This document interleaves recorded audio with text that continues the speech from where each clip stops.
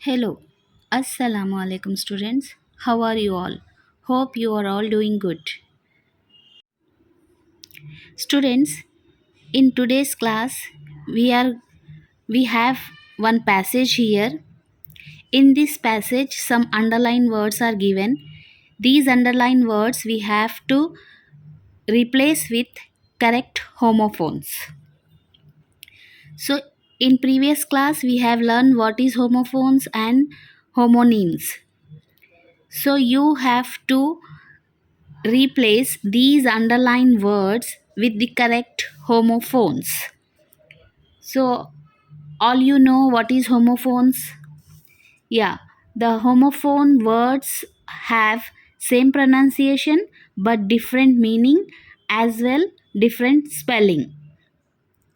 So students, हमने हमारी पिछली क्लास में पढ़ा था होमोफोन्स क्या हैं.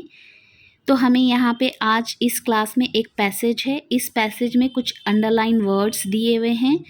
इन वर्ड्स को हमें करेक्ट होमोफोन्स से तब्दील करना है, यानी कि रिप्लेस करना है. इन वर्ड्स को करेक्ट वर्ड्स लिखकर रिप्लेस करना है. तो होमोफोन्स क्या हैं आपको अच्छे से हमने प्रीवियस क्लास में, हमारी पिछली क्लास में पढ़ाया था. होमोफोन्स वो अल्फाज होते हैं जिनका तलफ़ुज़ एक जैसा होता है लेकिन जिसकी स्पेलिंग और मीनिंग दोनों बिल्कुल मुख्तलिफ होते हैं, जिसके मायने और मतलब दोनों मुख्तलिफ होते हैं, जिसकी स्पेलिंग लिखने का तरीक़ा अलग होता है लेकिन उनका तलफ़ुज़ एक जैसा होता है. सो ऐसे लफ्ज़ को हम होमोफोन्स कहते हैं. So now we have this passage. In this passage you have to replace these underlined words with correct homophones. So here the first line is, one day Janaki teacher said to the class, we all know that the boy in the blue dress has won the best student prize for this year. So in this passage, in this sentence, first underlined word is no. No. No means नहीं. इस no का मतलब होता है नहीं. इसके बजाय आपको यहाँ पर instead of this no you have to write the word KNOW know. इसके बजाय आपको यहाँ लिखना है KNOW नो, जिसका मतलब होता है जानना या जानते हैं, पता होना, मालूम होना. Next underline word is blue.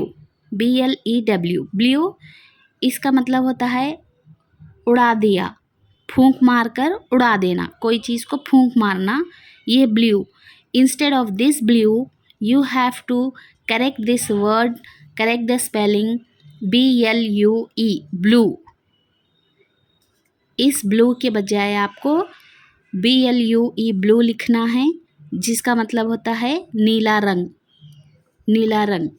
इस ब्लू का मतलब होता है फूंक मारना और BLUE का मतलब होता है नीला रंग. Now next underline word is one. This one meaning is one, only one. एक, इसका मतलब होता है एक. Instead of this one you have to correct this word WON one.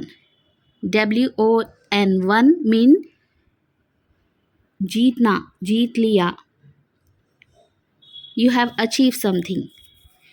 इस वन का मतलब एक होता है, WON का मतलब होता है जीतना या जीत लिया. Next underline word is price. PRICE price. Price का मतलब होता है कीमत, अमाउंट. इस प्राइस का मतलब होता है कीमत या amount. Instead of this price you have to correct the spelling PRIZE prize. Prize means award, यानी कि इनाम. Next underline word is right. WRITE write. This means you are writing something. कुछ लिखना, लिखना, तहरीर करना, ये राइट है. Instead of this right, you have to correct the spell like RIGHT right. RIGHT right मतलब सही, दुरुस्त. Next underline word is not. NOT not. This not means again नहीं, ना, no, no one, not at all. Instead of this not, you have to replace this word KNOT not. NOT not के बजाय आपको यहाँ पे लिखना है KNOT not. KNOT not का मतलब होता है गांठ, गिरा.